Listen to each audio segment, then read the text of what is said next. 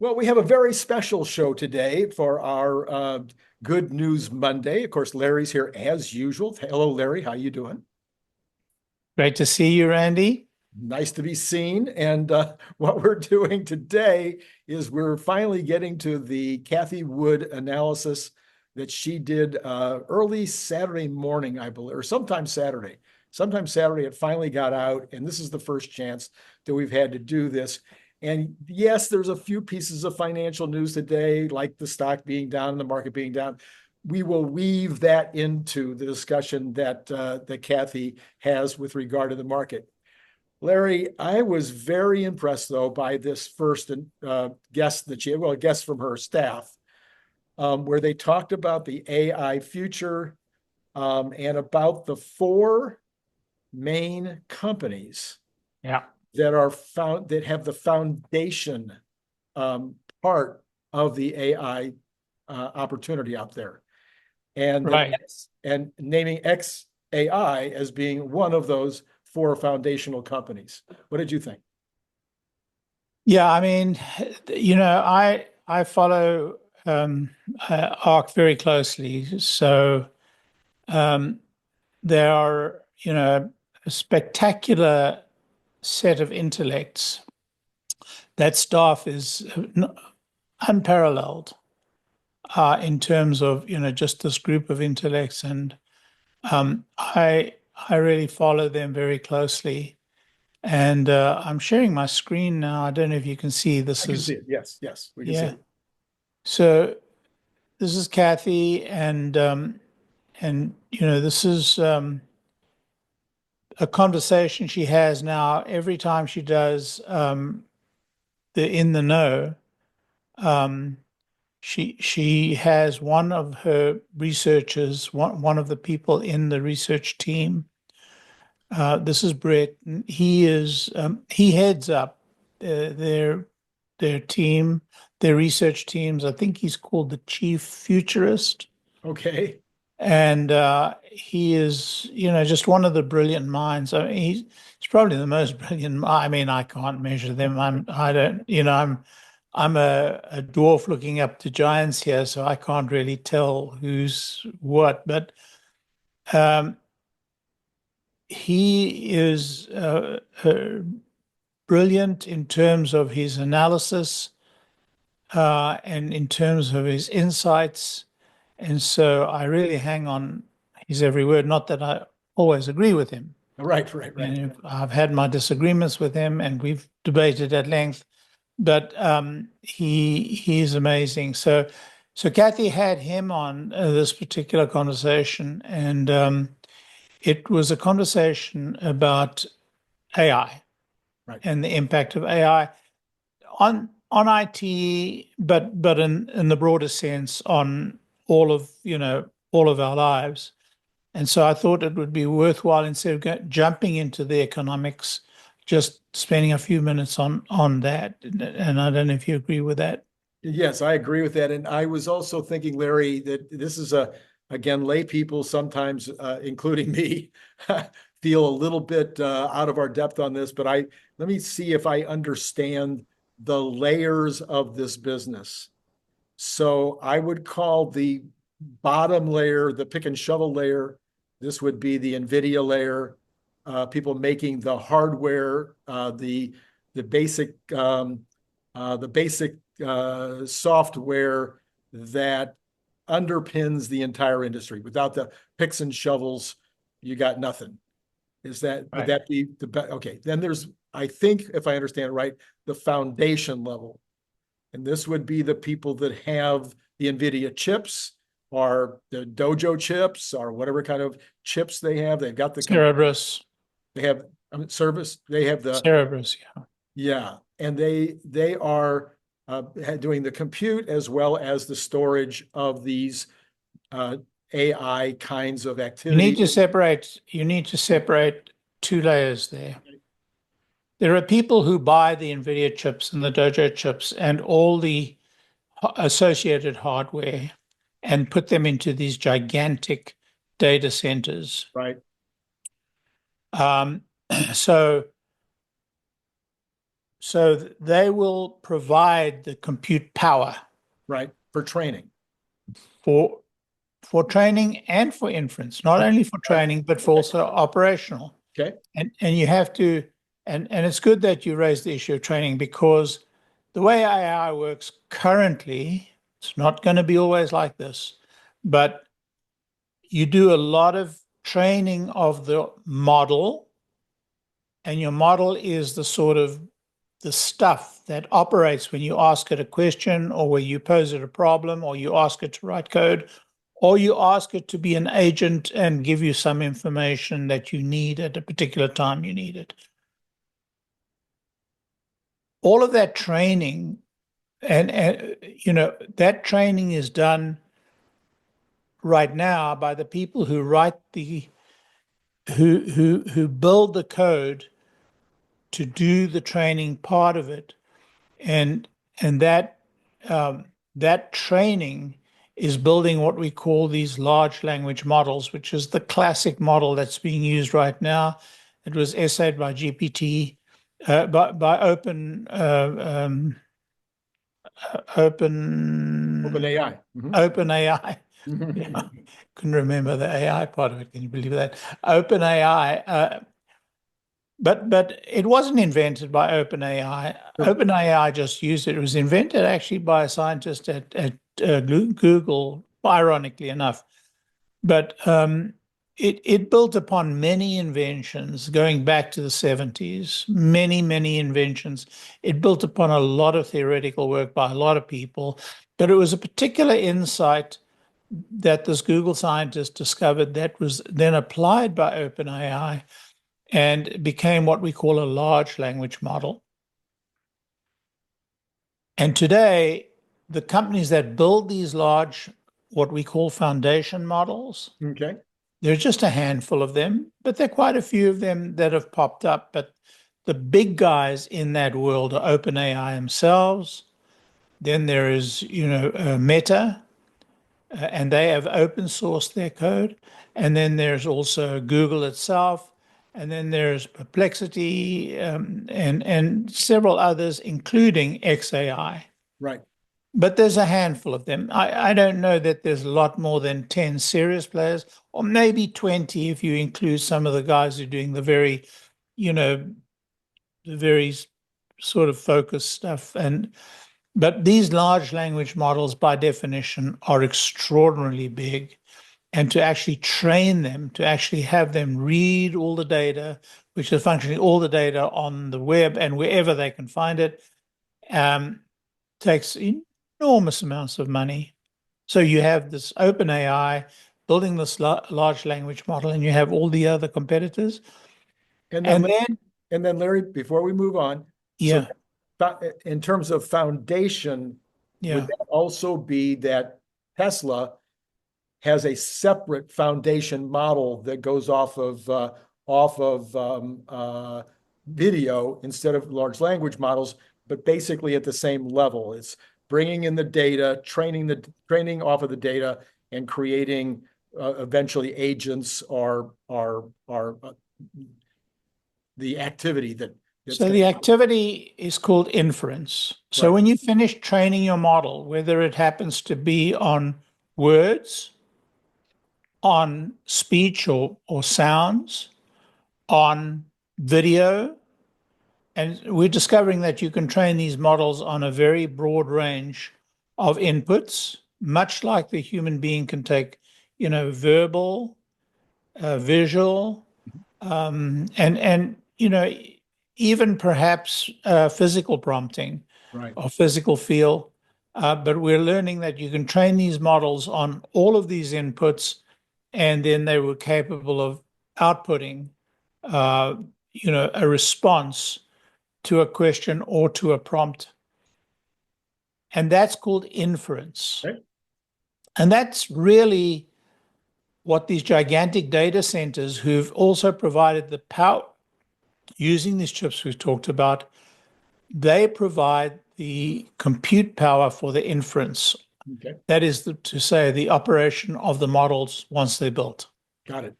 Got it. So when you ask a question, the inference operates and gives you an answer. Yeah. In Tesla's case, the inference computer lives in the car. Yeah. And that kind of defines the maximum capacity that that little engine has got, because the engine can't expand beyond that car. Mhm. Whereas in the giant data centers, they can string these inference computers together to be a lot more powerful in terms of their inference at the time they work. Okay. The key to what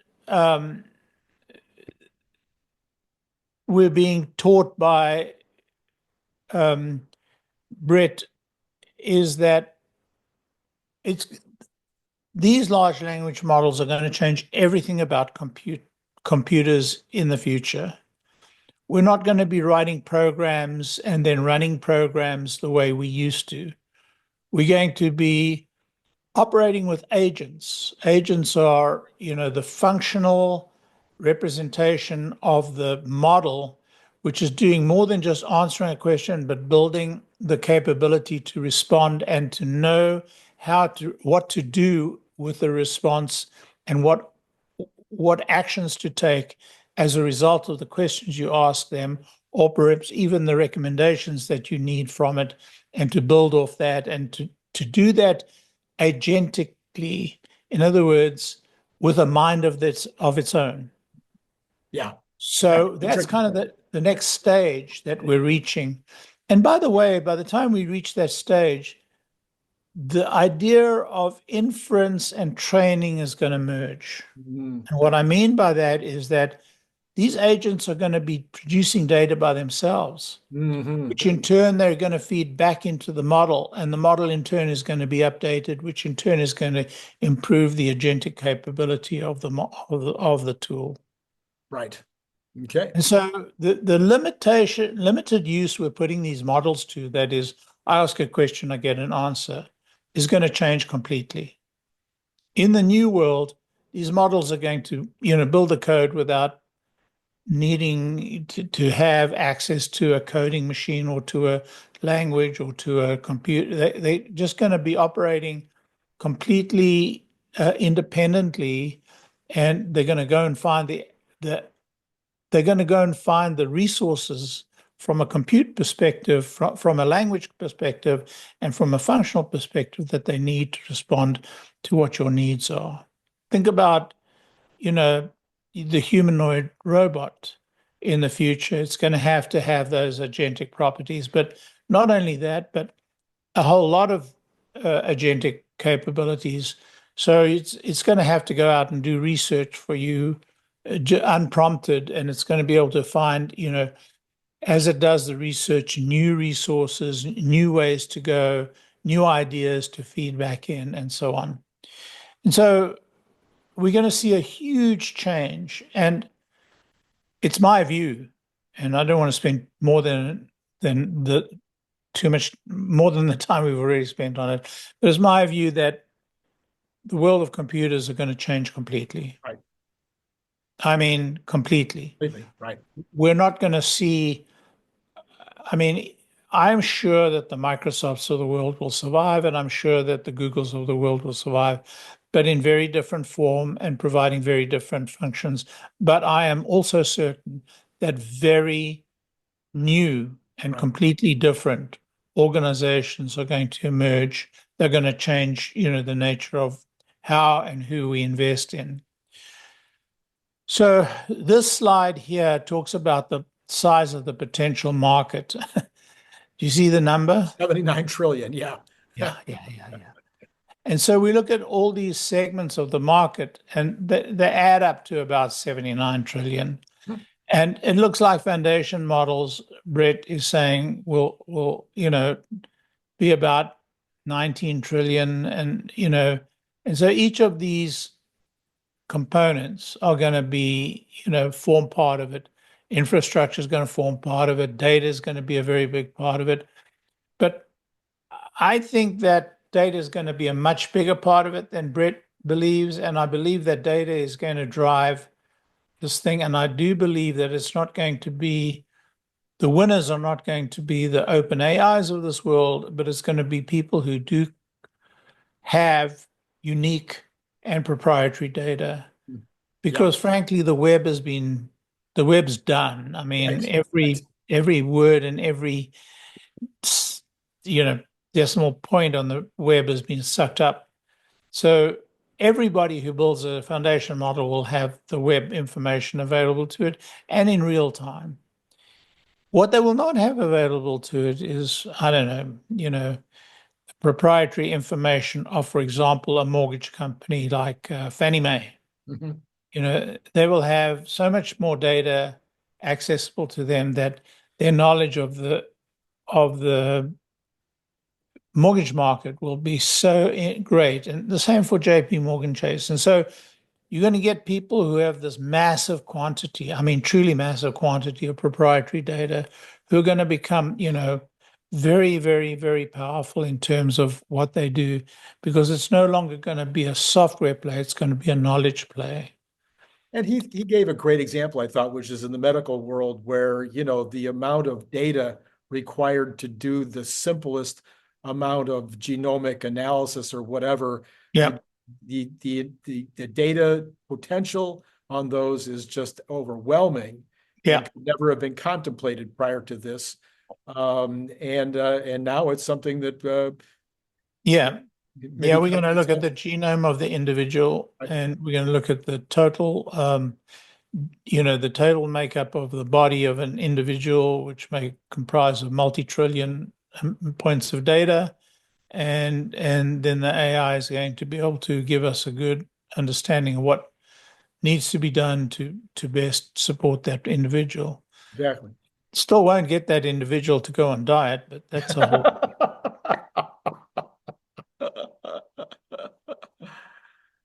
And so Brett goes along and he forecasts, or not Brett, I shouldn't say that. The firm goes on and forecasts what they see coming in terms of the trillions, the AI software, the demand is going to be in the 12 to $15 trillion range. I mean, Yeah, yeah. we're talking about revenue for AI SaaS, being 13 trillion. I believe SaaS is going to disappear as a business model, Uh-huh. Uh-huh. and the foundation models will be 4 trillion.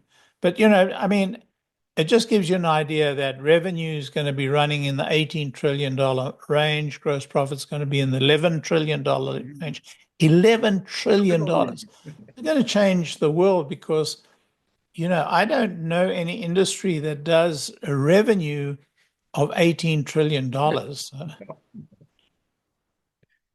today. Not yet. No.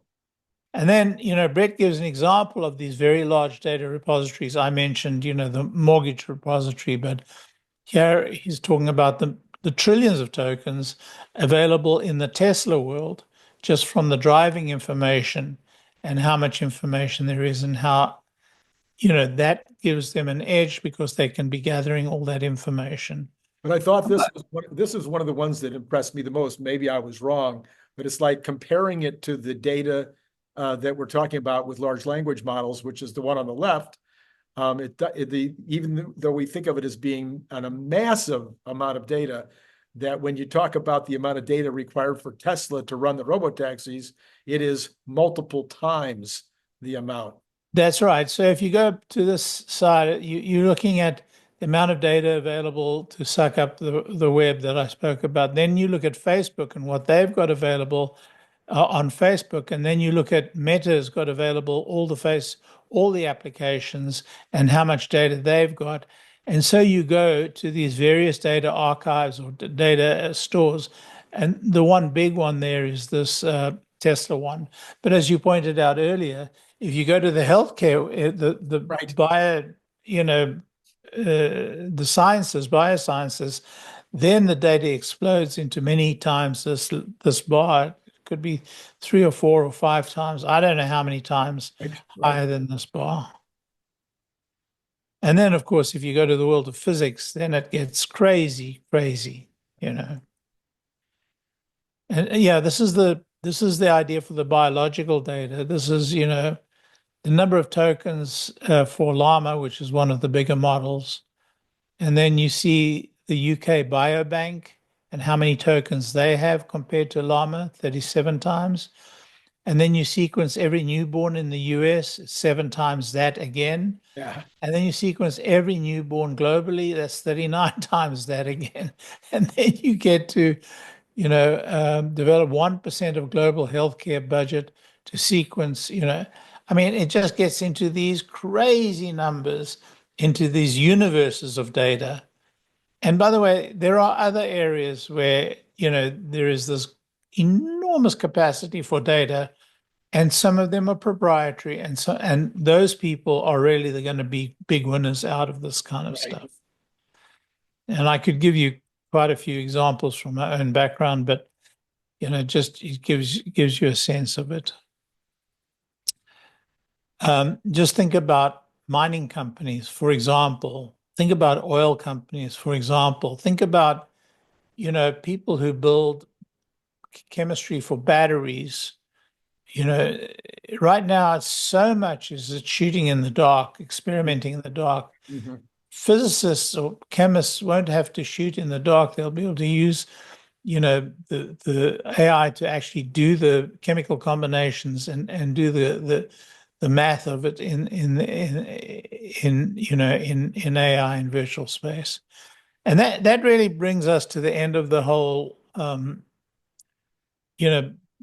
their research into it. But the key, I think, too, was that Tesla and xAI and combined with X, and then the other companies that Elon owns, the combination of these companies are at the forefront of all of this.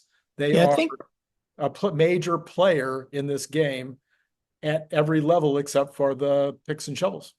yeah, well, they're in the picks and shovels business as well with Dojo. That's right, with Dojo. Yeah. Yeah, I think Cathie made the point that every one of Elon's companies revolve around some aspect of big data. Yeah.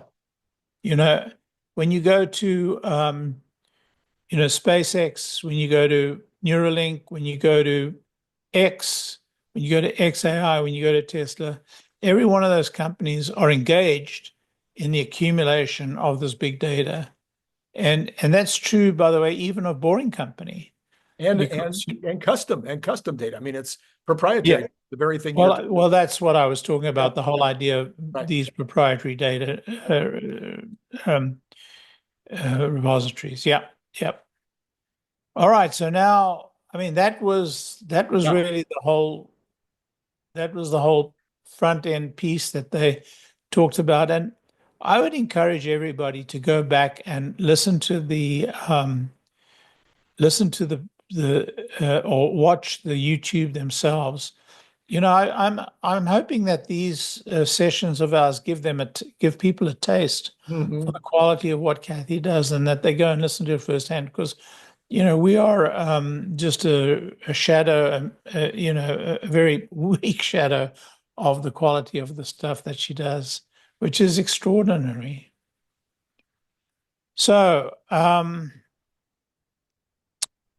we can get onto the economics of it, and we're looking now at the money supply, and we're comparing it to the inflation.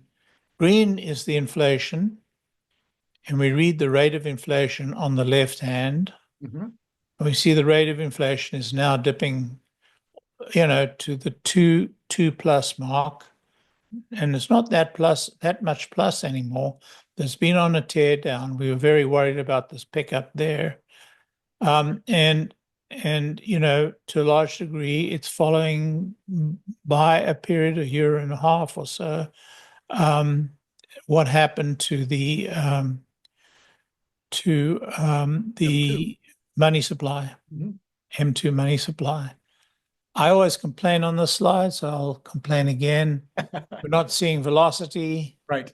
I haven't looked up velocity recently, and I don't know that it's changed very much. But Cathie's of the opinion we're going to see a further drop to the 2% mark. She feels quite comfortable that that's going to happen. So she expects inflation to continue falling. the revision of personal savings rate was a bit of a shocker this Huge. last. Yeah. So, I don't remember the numbers. Do you remember? But it was a very significant. I believe that we were sitting at 2.9% Yeah. prior to the revision, and 2.9% would have been historic low. Yeah. Like maybe only in really crazy times would it be that low. And they revised it up, I think, to 5.8, 5.9, something. It was a huge increase. Pretty sure it was in the fives. And that would be kind of more of a normal rate of savings. So there's, obviously the two problems with that. One is, why was it so wrong? Normally it's economic uncertainty. Normally it indicates that we're entering a really serious phase. No, but why was the number so wrong? How did they get it so wrong? Oh, yeah. How do Yeah. you get the Well, savings rate that wrong? It's just mind-boggling. And well, then, we've spoken about how these numbers are so badly wrong. right. And so then but to your point, if we are truly at 5.9, if people are saving a bit more now than they were previously, that would indicate they might be putting aside money for what they anticipate as a rainy day. And the consumer confidence numbers have been showing that. Yeah, and Cathie points out that Costco, Walmart, Target are reducing prices, Right. which indicates that, they're really struggling. They're trying to get the buyers back again. Right. So the key takeaway is that inflation is on a downward trajectory. Right. And companies are responding to consumer demand with lower prices.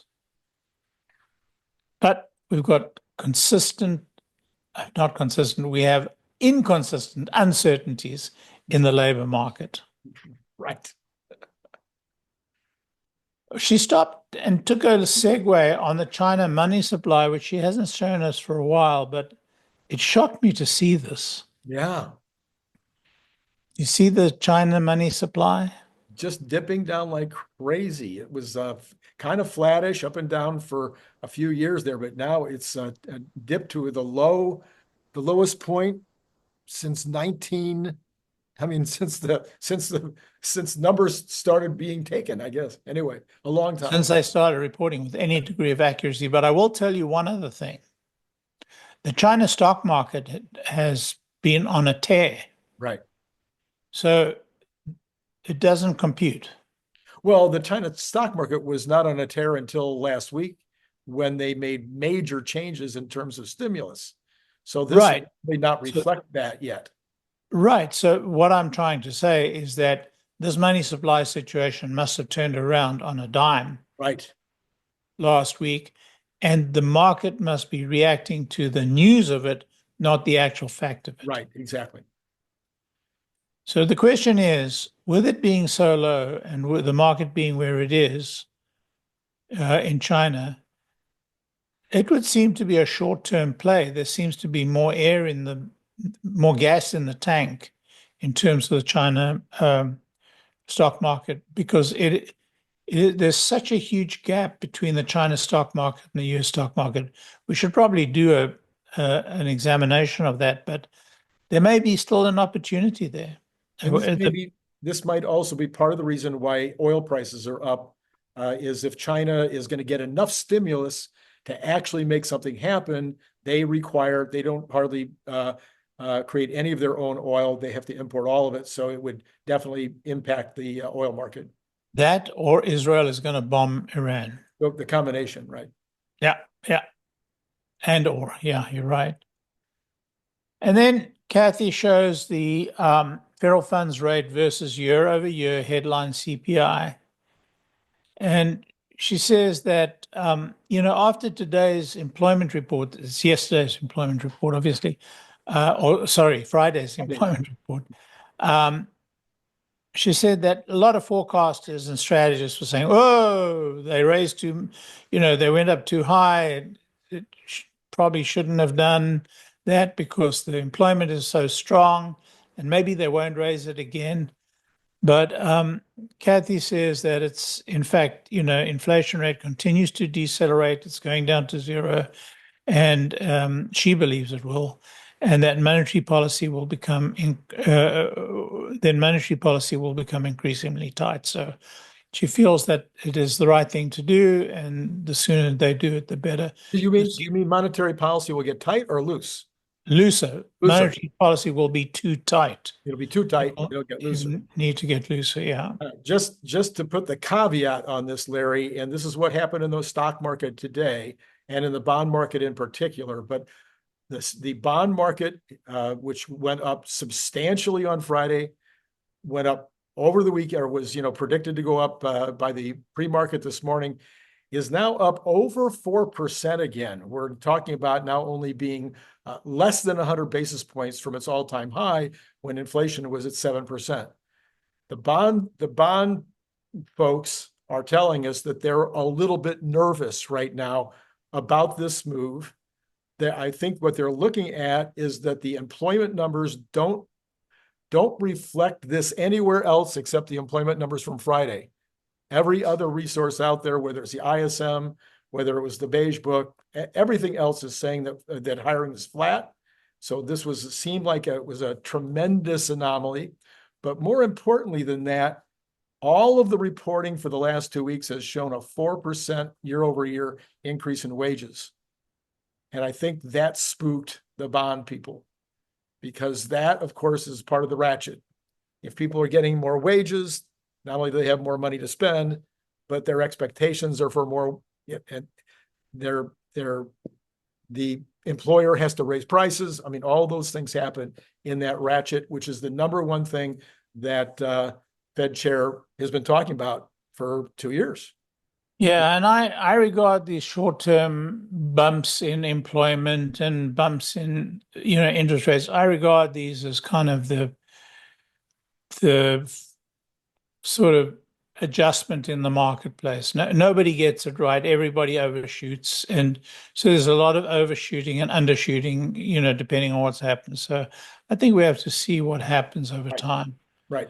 So this is the University of Michigan versus the Conference Board. And, can you figure out anything here, Randy? Because I can't. I pay so much attention to these two. I know you do. And I have been remarking about the University of Michigan, where, I'm sorry to say that, there might be some influence, because this is a survey. This is a phone survey. Now, the Conference Board is a mail survey.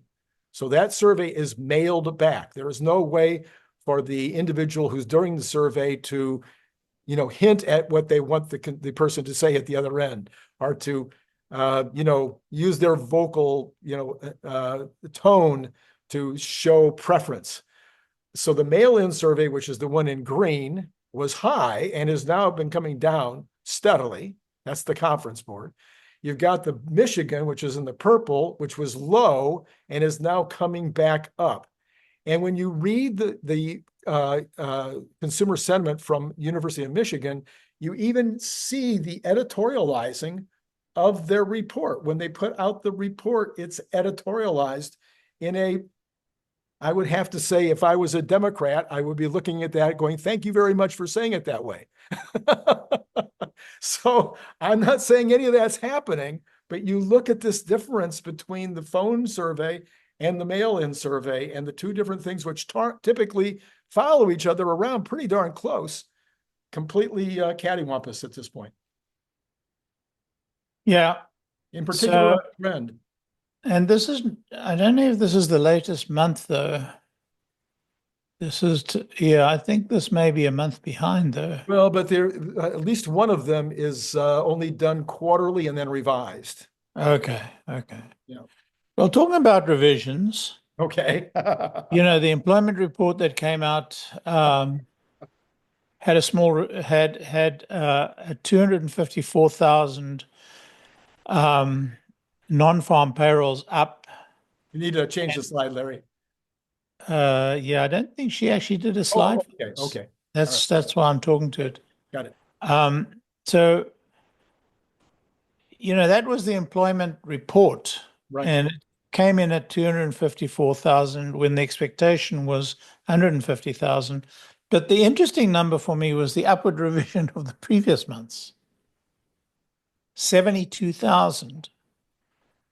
So unless we, and that changed, the dynamic changed, right? We used to have, or we had several downward revisions in a row. Yes, many, like, And now not only have we exceeded the expectation by 100,000, but we have an upward revision of last month, which was, actually not a disappointment, but it really wasn't, you're right. a very strong report. Right. So the question is, has the Fed overdone it with a 50-point revision? And a couple of things that I heard since then, Larry. One is that the small business people that this was the lowest percentage of reporting in years. So they normally get on the very first view of this, they normally get, I forget, I want to say 75, 80% of the information back. And then when you get the revisions, you're maybe getting 80, 90, and then 100%. So the revisions are as more reporting comes in from the states. In this particular case, they had one of the lowest numbers ever at around 64%. And typically, according to the reporting I saw, the ones that are reporting the slowest are the small businesses. And the small business, as we've talked about before, we have two economies. Small businesses are doing the worst. So what you're getting in this report is the biggest businesses, you're getting the government, you're getting the ones that have really tight reporting requirements like healthcare, et cetera. So you're getting the part of the industry that's doing really well, and you're missing the part of industry that's not doing so well.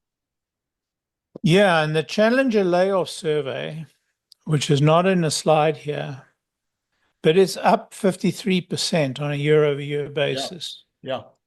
So that's not a very good indicator. That's a very serious indicator.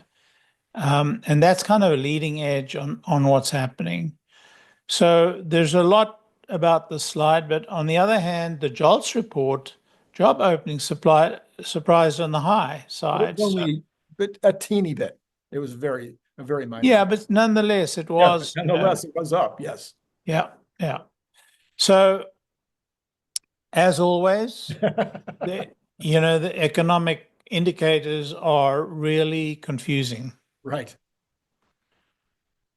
All right. So now the savings rate. I'm not sure about the sequence of these slides. It seems that Cathie's changed. Well, I don't know if she's changed it, but they're a little rough. So if we look at the personal savings rate, it's not looking great. But we had talked about that just being revised up so dramatically. Yeah. I don't know. There's a lot to talk about here. And the question is, how are people feeling about their pocketbooks? Mm-hmm. So if the employment has shot up in real time, would they be slowing down their purchases? Would they be slowing down? Would Target and Walmart and be feeling the pain? Doesn't make sense, right? The credit numbers came out today, Larry, and the consumer credit numbers, and the amount of money that people are putting on their credit cards was not only expected to be lower than last month, which was already a low number, but it came in lower than the expectation. So if these numbers are correct, people are not putting very much money on their credit cards. And they're also showing longer delinquencies. So the combination of those two things would indicate that people are maybe, putting their hands in their pockets at this point. That's interesting. Then crude oil as an indicator. I mean, I think that in a time of war, it is really difficult to get any signal from the crude oil price. And so I'm going to discount this. It's not low, it's not high. I think the daily movements reflect a lot of tactical moves by traders, and I don't think it bears much. investigation. That's Let me my just say this one thing, Larry, because I really think it's important for people to keep this in mind overall. The world is awash in productive capacity. There's so much more productive capacity than necessary. So you have the Saudis and the OPEC countries already cutting back 2 million a day. You've got the OPEC plus Russia and others that have cut back on their production. You've got Brazil, United States, and Canada producing at breakneck speeds. So there appears to be plenty of oil, as you point out. The traders, the decisions to withhold oil, these things are probably making a bigger impact than, and war and China and things like that are what's impacting the price right now. correct. And then Cathie, for the signal that she watches a lot is what she calls this metals gold ratio versus the US 10-year Treasury. Yeah. Complicated slide, but this is the ratio. This blue line is the ratio between metals and gold. And that ratio has reached, one of its lowest points in modern times. And this would be both because gold is extremely high, the highest ever, it's at an all-time high, and that metals are medium to low. So you've got both of those things taking place simultaneously.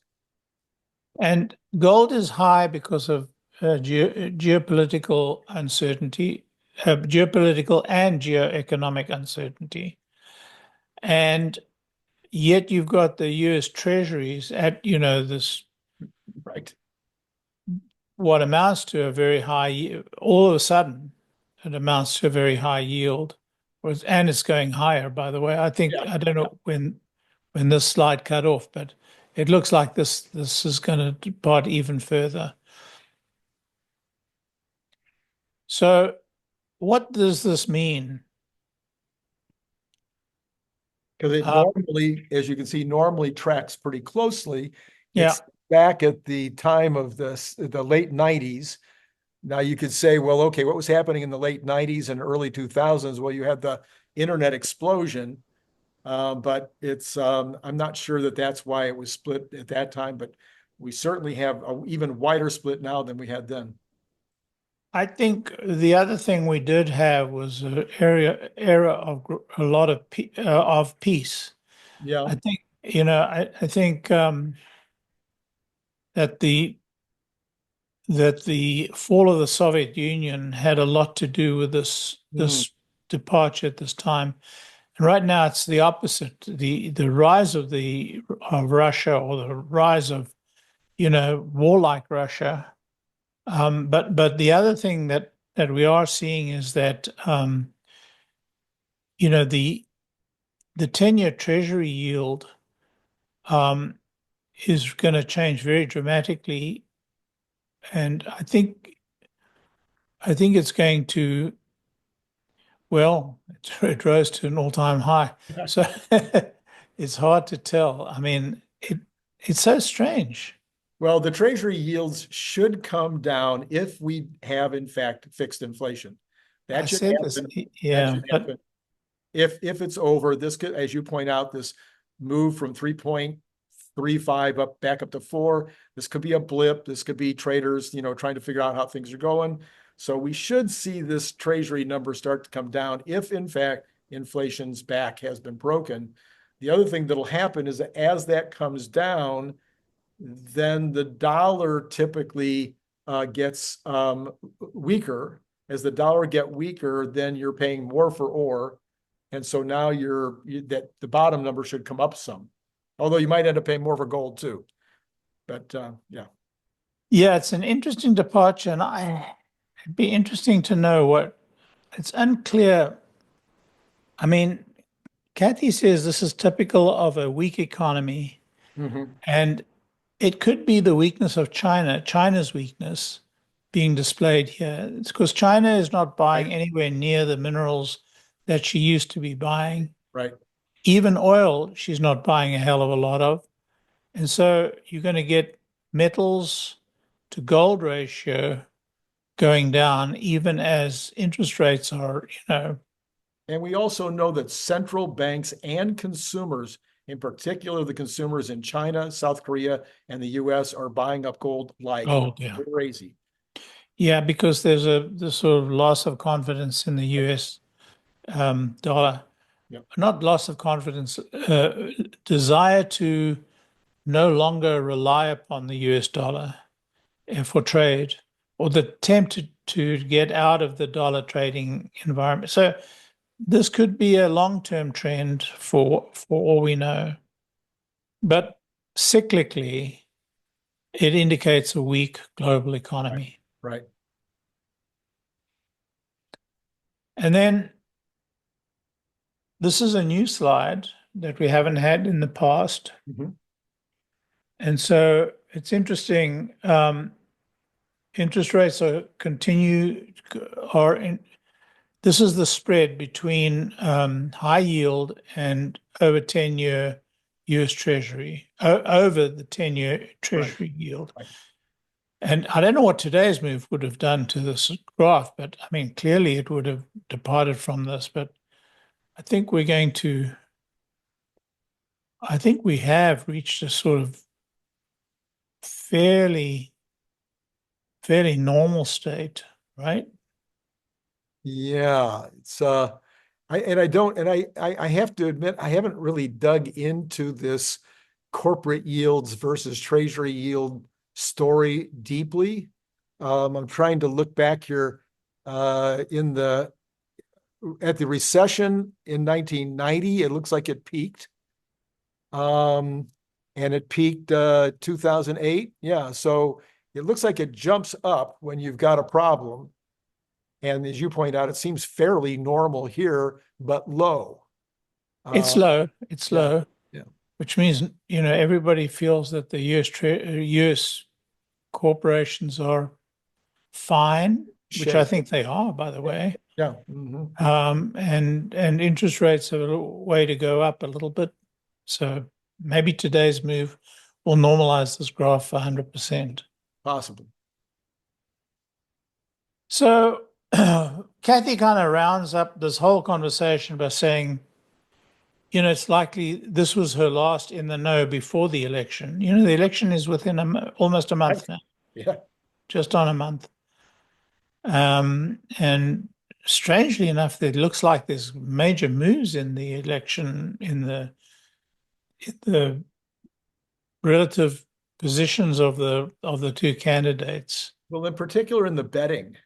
So just today, actually, the betting has been moving. The betting markets had been about 6% in the Kamala camp 2 weeks ago. Been slowly moving down to where it was tied as of Thursday, Friday, and then today dramatically moved in the direction of Trump. And my theory of that is she was on 60 Minutes. Yeah. No, you laugh, but I know. I listened to some of that. Okay. I couldn't. I was aghast. I mean, I was aghast. I'm struggling to understand how, anyway. Yeah. I mean, I would, I'd urge everybody to go and listen to that. By the way, Trump is not that great when he's interviewed either. So, between these two candidates, I don't know. My money's on the vice presidential candidate for the Republican Party. There you go. I think Trump has never been a particularly articulate individual, but so much bombast, but so unnecessary. But you do know where he stands at the end of his conversation. You know the directionality of what he's trying to say. Yeah, you can gauge the directionality. He's not going to tell you. And he's never going to tell you what he's actually going to do. He's going to tell you how fine it's going to be. Anyway, look, I don't want to, Yeah. So none of the above, as far as I'm concerned, just none of the above. So Larry, so I believe that today the market was very much responding to that bond surprise. Yeah. and fell down, well, let me look at it real quick here. The final number on the Dow Jones was down 398. NASDAQ was down 213, call it 214. S&P was down 55 and Tesla was down 925. All of the Magnificent Seven, except for NVIDIA, were down. And the Cathie Woods actually were mixed, which is a little surprising when you've got that big bond move. But it was Not really, because all of her stocks are not that sensitive to interest. okay. All right. And what's clear, except for Tesla, is that the move is all macro. Everything else, everything's macro. Yeah.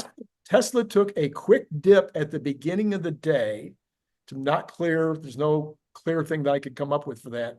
But then after that, it just followed the macro down. So whatever that big dip was, it could have been somebody selling. I'm not sure. Yep.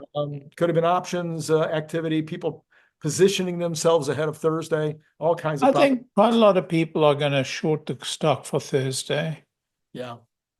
I think that it would be a good play because, the stock has got a terrible propensity to drop after these corporate meetings. And it's going to be hard to meet the expectations that have been ginned for this thing. Yeah. I'm excited about the event for myself. Sure. I'm excited, to learn the details if they give us details, but I'm pretty pessimistic about how the stock is going to act. Okay, you're pessimistic about the stock. Are you pessimistic about the details that everybody really wants to know? No, I'm very optimistic about that. I think all of us in the community will be very happy and satisfied, and there'll be some criticism, of course, and it's good because we air a lot of ideas and that feeds back to the company because they listen to what we say. That's very clear. It's amazing how much they listen to what we have to say. Right. And some of it they ignore, rightly so, and some of it they actually pay attention to. Yeah. So on the other hand, I think the institutions are all going to be uniformly disappointed. okay, you think they'll be disappointed. All right. Yeah. Okay. And so as far as what's going on now, Larry, the bonds are backing off a tiny bit, 0.4%, just a bit though, very small back off. The oil still continuing up in the pre-market, 77.47 for Texas Intermediate, over 80, almost $81 for Brent. Natural gas backed off some more. It has been backing off during this run-up of the oil. Gold is still sitting 2,663, down just a little bit in the pre-market. Silver also down 0.31%, but still it's at 32. So that's still real strong for silver. Copper down a tiny bit, 0.2%, but at $4.55, 56 cents. Dollar mixed as it is, but it's at recent highs. So it's not beaten down except as much as it had been already. It was beaten down and then it's been kind of moving back up a little bit. Yep. Bitcoin 62.5 down 221 in the overall today so far. And then the futures flat, absolutely flat. I want to make an observation about Bitcoin. Sure. Cathie ended her summary pre-election, if you like, review by saying the one thing that both sides have agreed to and that they're bipartisan on is the shift towards cryptocurrency and digital assets, acceptance of digital assets. Acceptance, right, yes. Yeah, that was an interesting thing. And of course, what she also ended with was this whole proposition of how does this productivity business impact, all of the things that we just talked about. I mean, it really is the salve.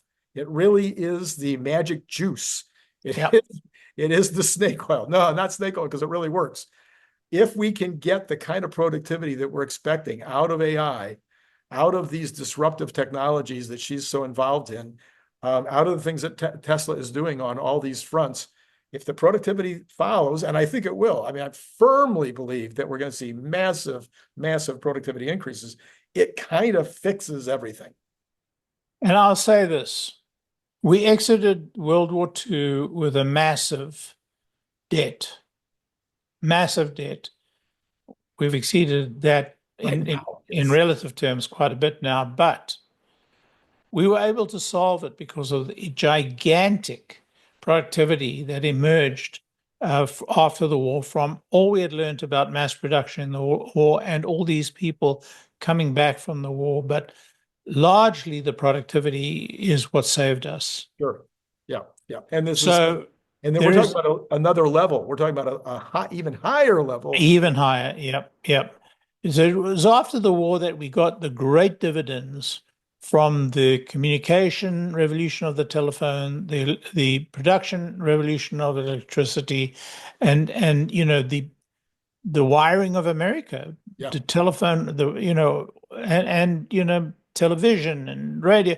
So all of that of the late 19th century, early 20th century was manifested. But look how long it took. Yeah. Yeah. Yes. And then, you have this productivity burst that was kind of culminated at the end of the 90s. Massive productivity from the 50s to the 90s with a burst at the end, and then flat for 20 years. So it really is something that, we might get another 10 years or 20 or 30 years of productivity boost, but it could, by the time you and I are far off this earth, Larry, unless some of these futurists get their act together and find out how we live forever. I don't think it'll happen in our lifetime, but it looks like it's going to happen. Maybe that's why people have stopped breeding. Maybe that's it. They're figuring, what do I need kids for? I'm going to live for, although as Elon says, at a certain point, you just need rest. You just need. All right, Larry. Yeah. All right. Well, great. Thank you so much. Get some rest this weekend. Yes, yes. And we'll not permanent rest, but rest. Yes, and then not permanent. And we're going to really look forward to what's going to happen on Thursday. And then you and I will get together on Friday night and have a great conversation about what took place. All right. And to all of you out there, it's been great talking to you.